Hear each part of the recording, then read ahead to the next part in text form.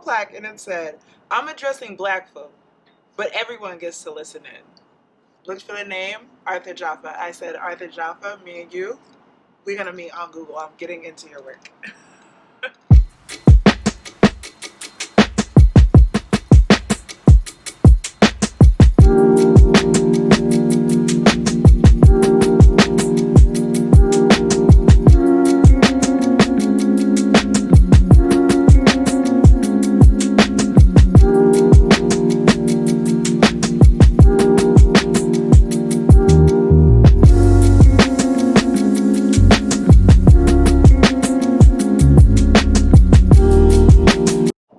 Hey Black Stars, I'm back, and today, again, I don't have a pretty poster for you, but today I am reviewing Giants, art from the Dean collection of Swizz Beatz and Alicia Keys, a much awaited review for me, for y'all. So let's get into it.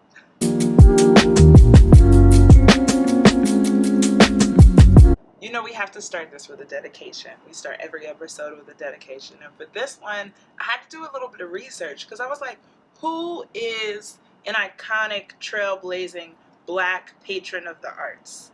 And I thought about a few people. I'm not going to like say who I thought about and then take them out. So I'm going to tell you who we're going with today. We are dedicating today's episode to Alan Locke.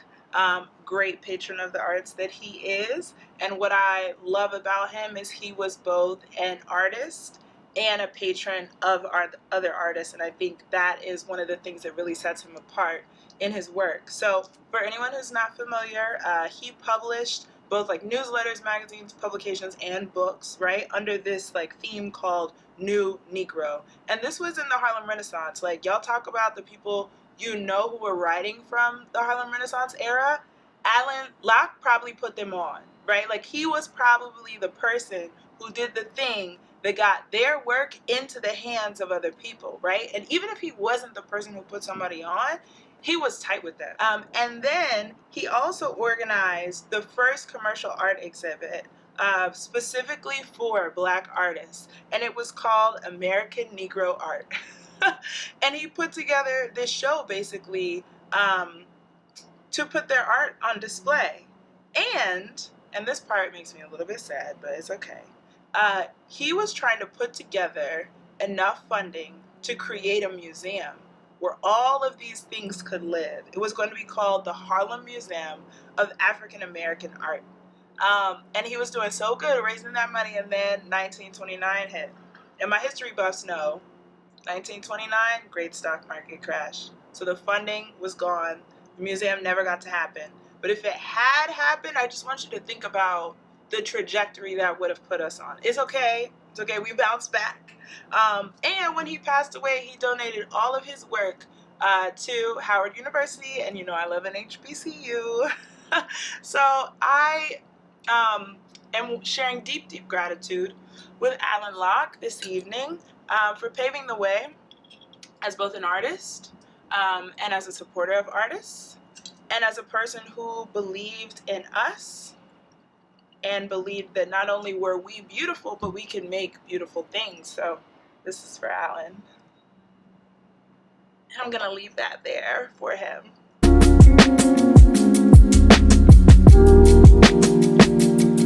How did I hear about the show?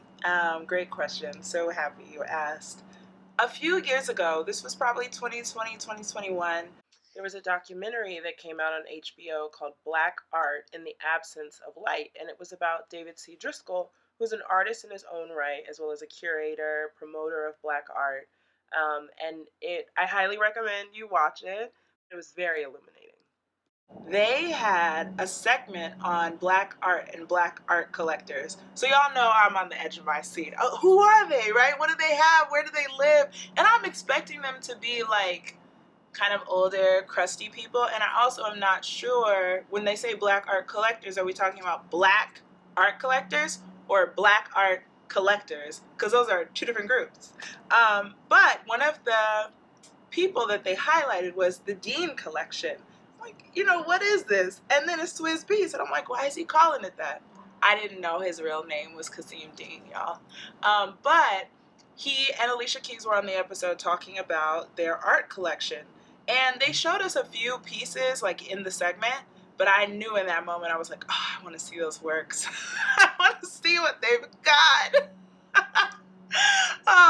And I didn't know how it would ever happen, but here we are. I also saw when they were on the cover of Architectural Digest, because I was like, ooh, this is my chance to see some of that art, right? And obviously it was Architectural Digest, so they went more into the architecture of their newest home than they did into the art, but there was art hanging out and like peeking around in there, and so I felt one step closer to seeing the Dean collection. When I went to go see this Spike Lee exhibit, which was months ago, I saw something saying there was art coming, right? Upcoming exhibition. It was going to be the work that Alicia and Swizz have collected. So I said, let me mark my calendar, let me get over there. I know I have acknowledged her in a previous episode, but she has new work, so I'm acknowledging her again. I just want to talk about Kimberli Gant, y'all. She is the person curating these exhibits. I don't know if she solicited Spike Lee, right? I don't know if she solicited the Deans, but what I do know is she's doing it, y'all. She is doing the work. And I won't even talk about like what's coming up next because I want to make sure this episode stays about the Dean collection, but Kimberli, hats off to you, sis. You're doing a great job. So how did I hear about the show? It was a long time coming. It took me many years to get these eyes on the Dean collection, but sometimes dreams do come true. And the Brooklyn Museum, of course, had tons of subway ads, so you will see them before the show closes.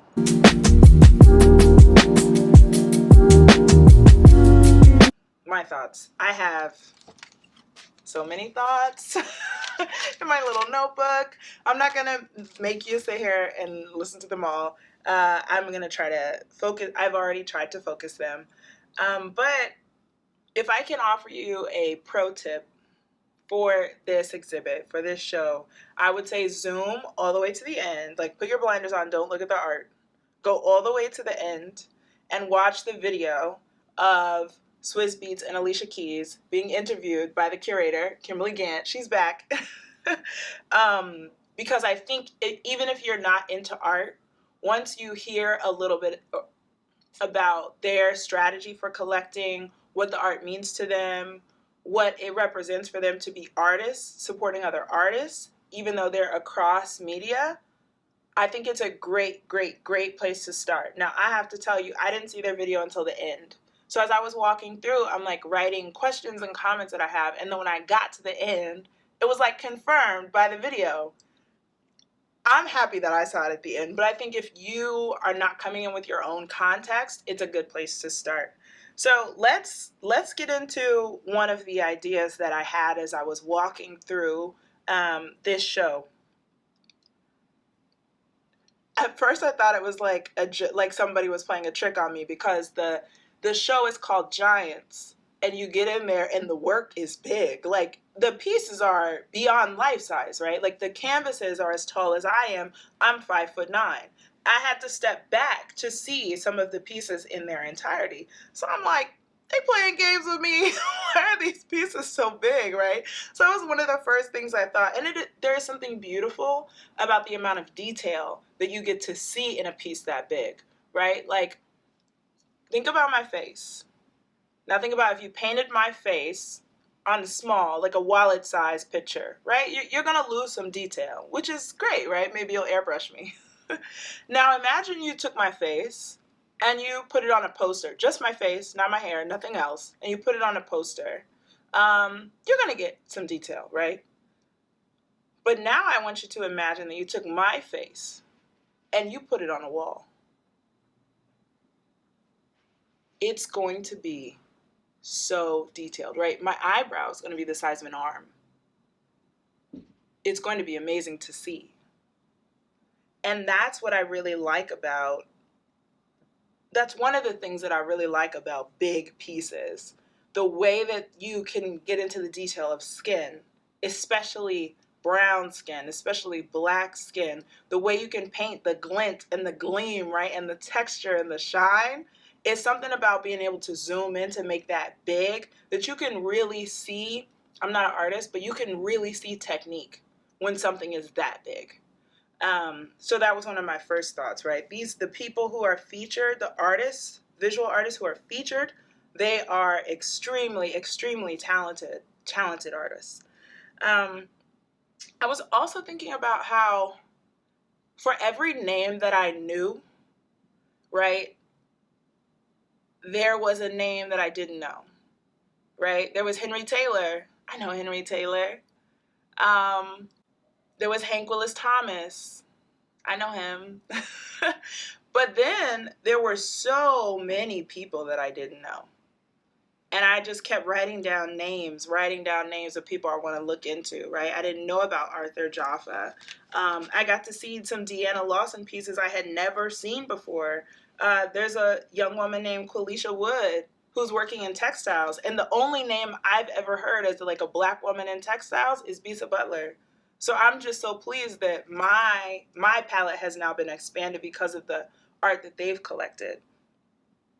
There's also, the more you start to go to these shows and get familiar with the artists, you'll notice callbacks to other shows, right? So like they had some pieces by Hassan Hajjaj, and I saw his work when they did Africa Fashion at the Brooklyn Museum. And I'm like, here he is again in the Dean collection.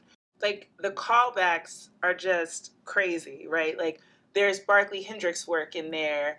Barkley Hendricks just had a retrospective at the Frick Madison. Henry Taylor's work is in there. Henry Taylor just had a show at the Whitney. Amy Sherald's work is in there, and you know her from the portrait that she painted of Michelle Obama. So seeing all these works in one place, in community with each other, this feels to me very once in a lifetime. This feels like the kind of thing that would not happen under any other circumstances, because what is the theme that ties all of these works and these artists together? One of the things that was most overwhelming to me, like it sat on my spirit and it made me feel very joyful.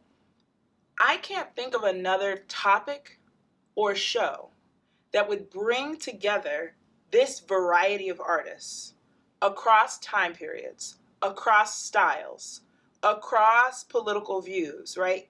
In many cases, the only thing they have in common is that they are Black, right? Like they are diasporic artists.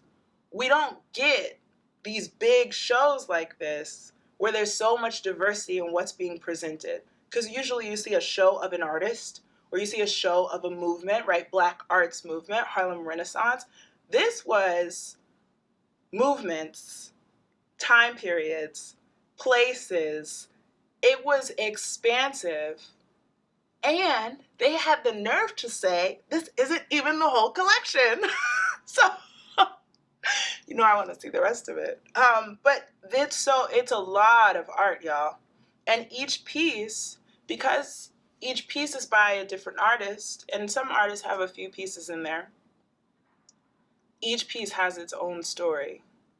And the curatorial team has done a great job of like grouping them, which I'll talk about in the summary, like grouping them in a way that feels manageable and that lifts up some themes that you might not otherwise feel if that art was just helter skelter. But like, you could go back again and again and again and just sit with one piece on its own, without thinking about how it connects to the piece next to it. And I loved being able to go to the show and just get lost in individual pieces without having to try to like build a story or a narrative. And I don't know if I hope that makes sense to you. Like, it feels like the difference between like reading all of Toni Morrison's books from like her first ever published book to her last published book and trying to see how she grew as a writer over that time, right? There's so much that you don't know. Versus if you just handed me 5 books by Black women and you didn't ask me to find a theme, right? You just said, these are 5 books by Black women, see if you like them. And so I can just really focus on that story. I can just really focus on that moment versus trying to be like, oh, I think she's doing something different with her devices. Like, I felt like I could get lost. It felt immersive, and affirming in a way that I really loved. And I know I use those words a lot, but words mean things, and those words are important. So my thoughts on the exhibit, like, I don't want to give away my review, but you probably can tell, positive thoughts. Positive thoughts on Giants. Wow.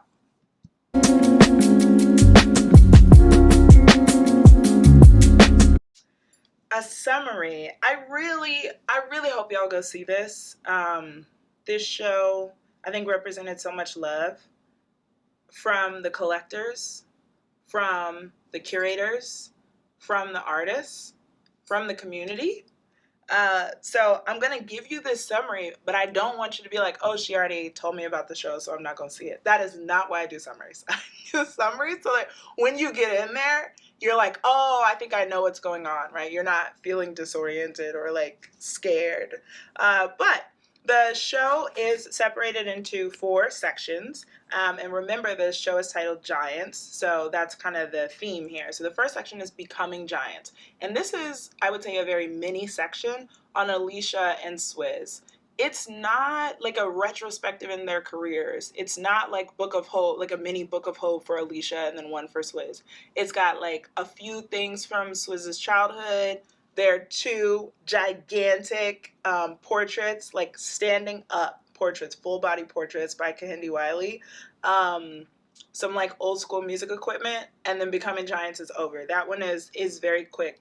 And you'll notice in Becoming Giants that there are these speakers placed around the exhibit. And when I went, it was playing all Marvin Gaye. So it was, it was vibey, it was chill, it was a good time. After Becoming Giants is On the Shoulders of Giants. And this is where they've grouped some of the work that's like more classic, more well-known, commercially well-known artists. So that's where you see Basquiat's work, right? They have Basquiat's Langston piece. They have some Barclay Hendricks landscapes from his time in Jamaica. They have some of the like iconic photos that you think of from like the Black is Beautiful period of time. And a lot of those photos are taken by Kwame Braithwaite. And like, that's all early in the show, kind of the people who paved the way for some of the artists that you'll see later on. So then we get into the largest section, like this third section has the most art in it, and that one is called Giant Conversations. But it's split into 2 sections, which I appreciate. So Giant Conversations is split into Critiquing Society and Celebrating Blackness. So in the Critiquing Society section, you have art that is presenting commentary on racism, colorism, colonization, right? The pain side, the struggle. Then on the other section, you have Celebrating Blackness. That's the joy, that's the beauty. And I really like that these were separate, because sometimes it's hard to look at like a cute painting of a girl in a floaty next to somebody who's like rioting at a protest. So I liked that they were separate because I felt like I could compartmentalize my feelings, right? When we talk about Blackness, of course, we're going to acknowledge struggle, but it's not only struggle, right? Like, and one of the things I think is so important in Black History Month is that we don't just talk about Black history, right? But we also talk about Black futures. We don't just talk about Black struggle, but we talk about Black joy.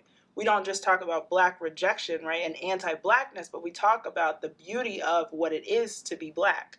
And I have a lot of feelings, but I'll keep that. And then the final section is Giant Presence. And this was the point at which I knew that the pieces being big was not like, it was not a coincidence. The Giant Presence section has the biggest big pieces they own, including one by Kimberli Gant, which actually kicked off the Dean collection. And Swizz Beatz talks more about that in the video that I think you should definitely watch first. And it's a beautiful, beautiful story of what motivated him, and also one of his first relationships with a Black artist. So I don't feel like it's my story to tell. I feel like it's Swizz's story to tell. But I will just say that I think it's worth listening to. So budget 25 minutes to go watch the interview, either before or after you see the art. So that's the summary of the sections. And I had not seen this before. In each section, there's like a little mini living room. And I know you're like, what? How could that be? It's like a couch and like 2 armchairs, a coffee table, and on the coffee table there are books, like coffee table books, of the artists who are featured in that section. So you can, in the middle of going through this exhibit, sit on a couch with a friend, right, with a companion, flip through the art, and just chat. You could talk about what you're seeing, you could talk about what you're feeling. What I like about it is I think it's very reminiscent of the idea that, like, this is a personal collection, this is a private collection. And the furniture, there's nothing like fancy about the furniture. It's like modern, I would say. But like I want to imagine that I'm sitting on the couch between Swizz and Alicia, like their new daughter, just being like, what do y'all see in the piece? Like, what are you noticing? Or like, oh, this is your newest acquisition. Tell me a little bit more about it. So I thought the living room was like very cute. It adds another layer to the idea of let's put a bench in front of a big piece so that people can sit. It was like, no, we actually want people to sit and commune. We want people to feel welcome, like they're at home. And I have not seen that in a museum ever before, especially in the middle of a show. The little placards, they had great quotes from the artists. One I want to read to you is from Nina Chanel Abney. And I came across Nina Chanel's work when it was on the side of the Met Opera House, like on 66 and Broadway. And I saw the piece and I said, this looks like a Black artist. And I ran up, like I had to cross the street. I read it. I said, still sounds Black. And I Googled her and I was like, I knew it. I be knowing y'all. But the quote that she said about her art is, I like to start the conversation and then leave the room. Wow. Nina, thank you. We appreciate that. But it was like little quotes like that, right? The one from her, the one from Arthur Jaffa, the way that they got behind the scenes of what the artists were thinking, I think speaks to, again, their relationship with the artist. They didn't just buy the work because they thought it was cool, right? I feel like they are talking to the artist about the work. And so the quotes that we have are not just about technique. They're also about mindset. Oh, there is this one piece called A Puzzled Revolution. It's by Titus Kafar. And it starts with, there's like a famous picture of Muhammad Ali after he's knocked somebody out. And he's standing over him. He looks like so powerful, very masculine, a little sexy. He's cut him out. Cut them out. And so it's basically a negative image, right? Like reverse negative image.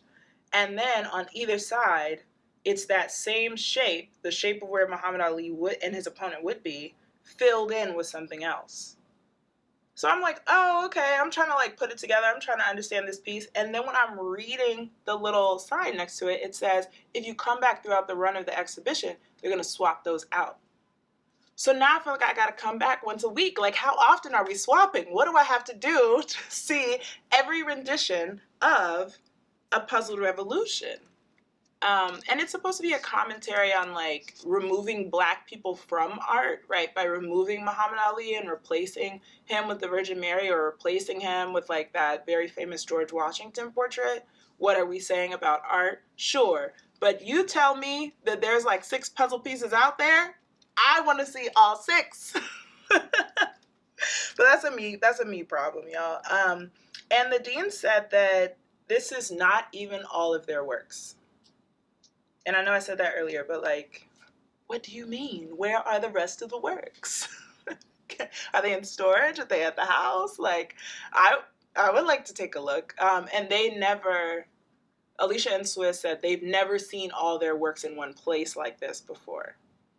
So this was just as new for the viewer as it is for them, which I think is very kind of them to share that moment with us.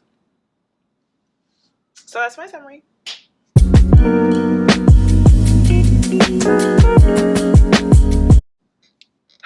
We've come to the review. Now, I have not been doing this that long yet. And I know I made up my own review scale, where 1 is like, I'm so proud of you, thank you so much. And 5 is, wow, this is amazing. And a part of me is like, oh, am I giving out too many stars too early? But then I remember that A, I made this scale, and B, let's move in abundance, right? Let's get out of scarcity. Just because somebody gets 4 stars doesn't mean the next person can't also get 4 or get 5. I didn't know it would happen so soon, but I'm giving 5 stars to Giants. Here's why. I want to make sure I'm justifying this, because this has now set the bar for any other 5-star works. It adds to the Black canon, right? It celebrates us. It celebrates the community. It sets the tone for additional Black collectors to put their work on view, right? Swizz and Alicia are not the only Black art collectors. Ray McGuire, who ran for mayor in New York City, and his wife, Crystal McCrary, they collect art. I want to see their art too. Thelma Golden, who is the head curator for the Studio Museum of Harlem, I follow her on Instagram. She has quite a few friends. I think those friends have some art, and I would like to see it. So I am hoping that this show really opens up the doors for more collectors to put their private collections on display. Of course, if they're comfortable. I'm not trying to like pressure anybody into doing that. But I think one of the things that's beautiful about art is being able to share it. So I think it would be cool if they did. If I owned any art, I think I would share it. But I don't own any art yet, so we'll see. But I also think it pushes the narrative. I think this show pushes the narrative beyond like what an exhibit can be. There are private collection shows all the time. But the way that Swizz and Alicia collect, their strategy for collecting, gave this show more than just like, oh, here's the most expensive art pieces in the world. It wasn't that. It was, here's art that speaks to us. And so the theme throughout all the pieces was, these are works of art that moved the collectors. And I cannot speak for all collectors, and I'm also not trying to generalize or demonize people. But I am confident that there are some collectors who collect things because they're expensive and not because the art evoked any particular emotion for them. But that's not what Swizz and Alicia are doing, I feel. So I think it's a really, really beautiful thing. I think the work also builds community. The addition of the living rooms lets me know that they want people to converse, they want people to connect. And it's something about seeing art that helps you to appreciate it. One thing I will say from the video when Swizz was talking is like, he says that his interest in art started from growing up in the South Bronx and seeing graffiti. And so when he got his first house, he was very young, he was 18 or 19. When he got his first house, he was like, yeah, I want to get something for the walls. He didn't know that art was so expensive. But he had the money, he was fine. But like, because he grew up seeing art, even though it was street art, he saw a blank wall and said, we should put something here.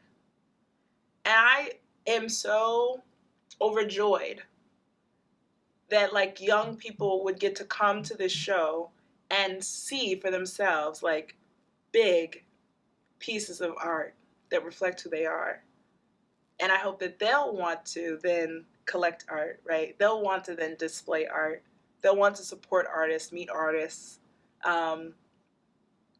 I think it's just a very beautiful thing. So 5 stars. That's it. They did it. Shout out Kimberli again. Some of these stars are for her. Who would I take to the show? Literally anybody. Don't at me, don't fight me. But y'all, this is 5 stars. I would take anybody. I would take a coworker. I would take my mama. I would take your mama. I would take my neighbor. I would take somebody I met on the train. I would go on a first date. I would go on a second date. I would go with my fiance. I would go on my honeymoon. Like, I would just go see it. 5 stars. Don't wait. Go today. And where would I go after?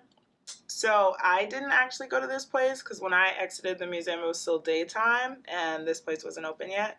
But if I had gone on like a date, right, or with someone else, I would go to this Black-owned bar nearby that's called Drink Lounge. I think you should check it out. The reviews looked great. The drinks looked delicious. And honestly, if I had an hour and 30 minutes to sit around and wait for them to open, I would have. So next time when I go back to the Brooklyn Museum in March for the next show that I want to see there, I will make sure to go in the evening so I could just pop right on over there afterwards. But I want to thank you for watching this review. I want to thank Kimberli Gant for the very great work that she's doing at Brooklyn Museum. And if I ever get to meet her, if I ever see her in the museum one day, I'm going to just be like, hey, I know you don't know me, but I love your work. I just hope I don't scare her. I want to thank Swizz and Alicia for sharing their work, which they did not have to share. I want to thank all the artists for allowing Swizz and Alicia to share their work, because they are allowed with the Dean Collection to get their work back. They can borrow their work at any time they want, which is another reason why I say 5 stars. But overall, thank you for watching this. Follow me on TikTok, follow me on Instagram, and stay tuned for the next one. In the meantime, Black Love and Starlight. Stay shiny, y'all.